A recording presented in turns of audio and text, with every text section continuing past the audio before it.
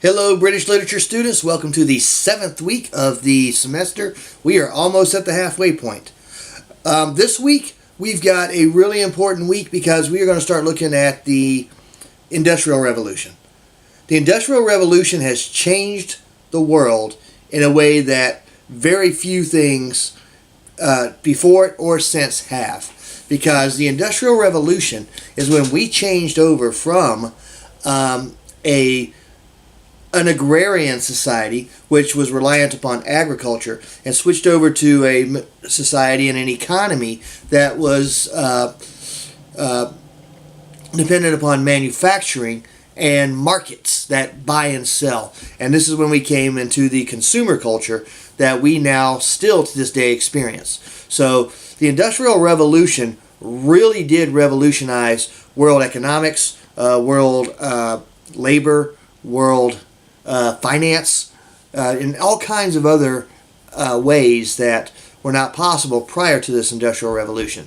Now what I want you to do is I want you to pay attention to the Introduction to Industrial Revolution slideshow, and I want you to read that introduction to it in the textbook that is required. Then you're going to read a few readings based upon that. But your posting is all about taking the Children's Employment Commission report, and you only get a couple of pages of it. It was much longer than, 2 pages, but you get that little snippet, and then you look at Elizabeth Barrett Browning's Cry of the Children, because Elizabeth Barrett Browning, when she read that report, was horrified at the working conditions that children were being subjected to.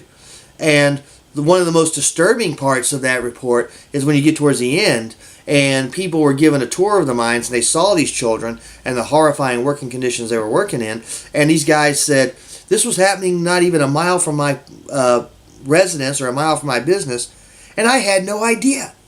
I mean, that's how out of touch a lot of people, particularly the wealthier people, were with the hardships and the cruelties that were inflicted upon children in the child labor of the time. And adult workers didn't get it much better. They went to work and they were in very much danger of dying on the job. So I call it an Industrial Revolution, one, because it changed the world in a way that we still feel the effects of today. But many people died in it also. It was almost a war between the haves and the have-nots. So get yourself familiar with the Industrial Revolution. And then what I want you to do with that posting is I want you to take that commission report and look at how it might have influenced Elizabeth Barrett Browning, because she was influenced by that. But here's the best part. She wrote her poem, and Elizabeth Barrett Browning was already a celebrity by this time. I mean, she's the one who wrote the Sonnets from the Portuguese, where she has that very famous line, "How do I love thee, let me count the ways." Well, I'm not having you read that one, but I am having you read Cry of the Children. This is an example of art affecting life. This is an example of art, which is a poem, making a positive change. Because not a lot of people read that commission report, but when they read Elizabeth Barrett Browning's latest poem, because she was a celebrity, all of a sudden people started trying to change the laws to protect children and to protect workers, but particularly to protect children and to not subject such young children to child labor, because, children are supposed to be children. They're supposed to be playing. They're supposed to be having fun. They're not supposed to be working in mines where it's so dark they can't see anything, and they're so narrow they can't stand up straight, and pulling 500-pound loads behind them, and basically never seeing sunlight because they go to work before sunrise and they leave after sunset. So really, Elizabeth Barrett Browning's poem was an instrument of change, and it was an instrument of positive change. So that's what I want you to look at there. Now the other portion, we got 2 postings. The other posting is about Robert Browning, who, if you're wondering if he was Elizabeth Barrett Browning's husband, the answer is yes. The Brownings were the power couple of their time. They were the Jay-Z and Beyonce. I used to be able to say Brad Pitt and Angelina Jolie, but we can't say that anymore. So, I don't know, maybe the George Clooney and his wife of the time. Whatever it is. People were in love with the Brownings because the Brownings were so in love with each other. So, that's why, How Do I Love Thee, Can't Let Me Count the Ways, Elizabeth Barrett Browning did actually dedicate that to her husband, Robert Browning. Actually, he wasn't married to her yet. She dedicated it to her boyfriend, Robert Browning, who would then go on to marry her. Their marriage, by the way, caused no small amount of trouble with her family because her dad disowned her and wrote her out of the inheritances after that.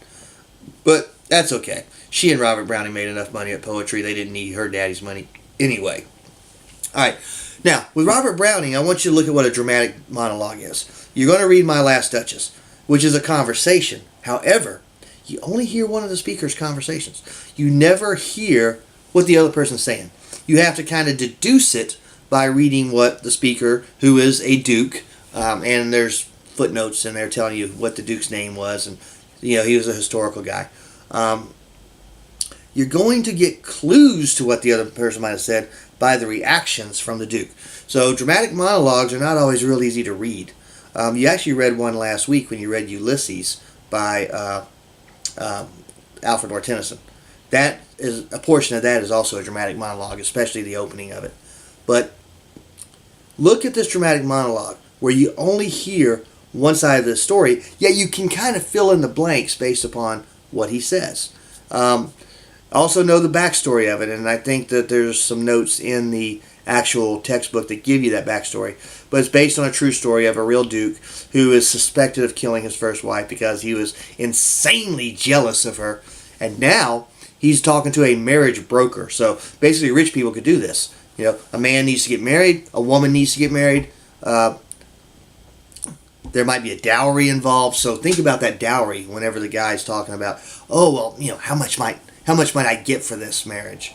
And these brokers would work out these agreements between the groom and the bride's father in order to bring the two together into a marriage. So that's what's going on in My Last Duchess. So make sure you post on that and answer the question. And I've given you some hints in there of where you can look for more information to try to understand the poem better. So that's it for this week. We've got the Brownings. I wish I could have done this last week when it was Valentine's Day, but unfortunately the schedule didn't quite work out that way, so we're doing them this week. And the Industrial Revolution, a very, very tumultuous and world-changing time. And if you have any questions, of course, email me, reach out to me during my office hours on my phone, or visit me, or whatever you need to do, and we'll go from there.